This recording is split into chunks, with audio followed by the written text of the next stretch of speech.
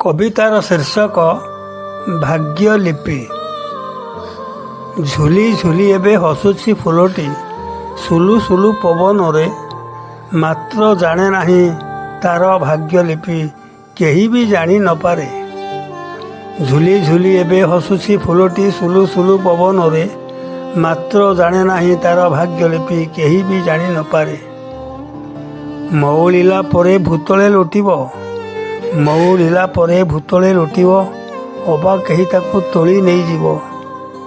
କାହିଁ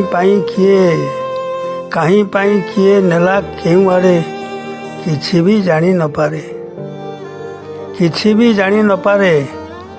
ଶୋଭା ପାଇବ କି ଦେବତାଙ୍କ ଶିରେ, ଅଥବା ଲୋଟିବ ଶବ କୋକେଇରେ।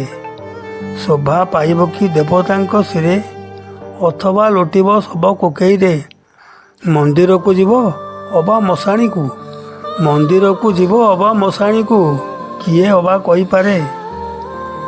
ଫୁଲ ପରି ଅଟେ ପରାଏ ମଣିଷ, ଫୁଲ ପରି ପରା ଅଟେ ମଣିଷ। ମାଟି ଖାଇବ କି ହେବ ସେ ପାଉଁଶ, ମାଟି ଖାଇବ କି ହେବ ସେ ପାଉଁଶ। କାହା କପାଳରେ କିଏ ବା ଘଟିବ, କାହା କପାଳରେ କିଏ ବା ଘଟିବ, ଥାଏ ଅଦୃଷ୍ଟ ହାତରେ।